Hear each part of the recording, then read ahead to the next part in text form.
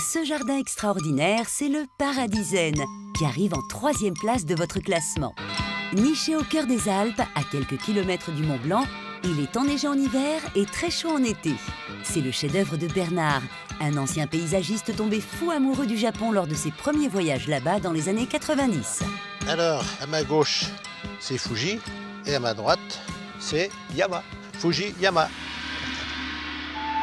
Bernard est un joyeux de rire, mais il a su parfaitement recréer chez lui l'ambiance ultra zen du pays du soleil levant.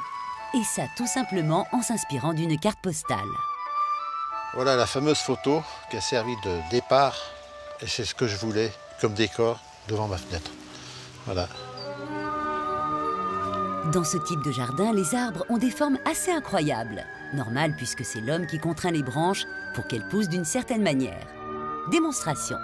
Bon, ce qui est important, c'est de redescendre les branches à l'horizontale. Pour l'esthétique, c'est plus joli de voir le...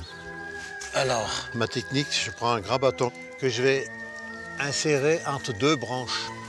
Hop là, c'est bon. Là, elle tient toute seule et elle est à l'horizontale. Par contre, ça peut mettre 1 an, 2 ans avant qu'elle reste toujours dans cette position, avant d'enlever le bâton. Voilà. Au Japon, le climat est assez proche du nôtre. Bernard a donc planté les mêmes pins blancs, cèdres ou hêtres pourpres. Mais la pièce la plus étonnante de sa collection, c'est ce jeune arbre, qui fait partie des 700 sortes d'érables présentes là-bas. C'est une érable du Japon, Seigen. Là, il est vraiment rouge éclatant. Là. Et si vous voulez le même chez vous, voici quelques conseils de plantation. Il faut un petit apport de terre de bruyère avec un peu de tourbe.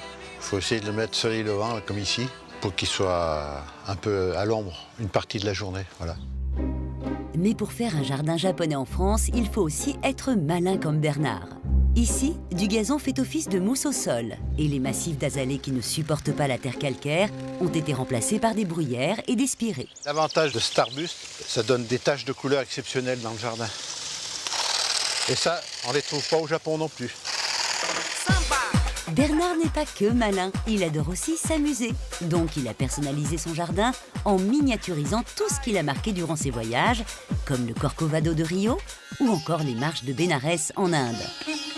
Ben oui, parce que Bénarès, quand on va se baigner dans le Gange, ils descendent des marches qui vont dans l'eau. Mais en bon montagnard, ce qu'il préfère tout de même, c'est grimper les sommets environnants. Hop là, victoire. Voilà le sommet du Mont Blanc. Personnalisé juste ce qu'il faut, le jardin de Bernard offre tout de même un véritable bout de Japon au beau milieu des Alpes. Bonjour Kay. Konnichiwa, Bernard. Et les adeptes du genre sont même ravis de le voir faire des vagues dans son petit jardin zen. Un peu de gravier, 3 cailloux, et vous aussi vous pourrez épater vos copains, à condition de fabriquer vous-même votre râteau en bois. Hein. Vous dessinez d'abord vos dents à la bonne distance et après la scie sauteuse. C'est tout simple. Hein, voilà. Un petit trou, puis on met un manche, et puis ça y est, c'est tout. Au final, on peut dire que Bernard a réussi son pari. Et ce n'est pas son amie Kay, la seule maître calligraphe japonaise installée en France, ni son mari Patrick, qui nous diront le contraire. Ça veut dire ça c'est le bon esprit japonais. Il existe en France. Ça me touche aussi. On y retrouve ces éléments de calme, de plein et de vide. Ce qui est très important, cette notion de vide entre les choses pour qu'ils prennent vie. Et c'est ça qui est vraiment très harmonieux dans cette réalisation. C'est très beau jardin. Ouais. C'est magnifique. Merci. Bravo. C'est fantastique, quoi. Moi, j'ai plus rien à dire. Qu'est-ce que tu veux ?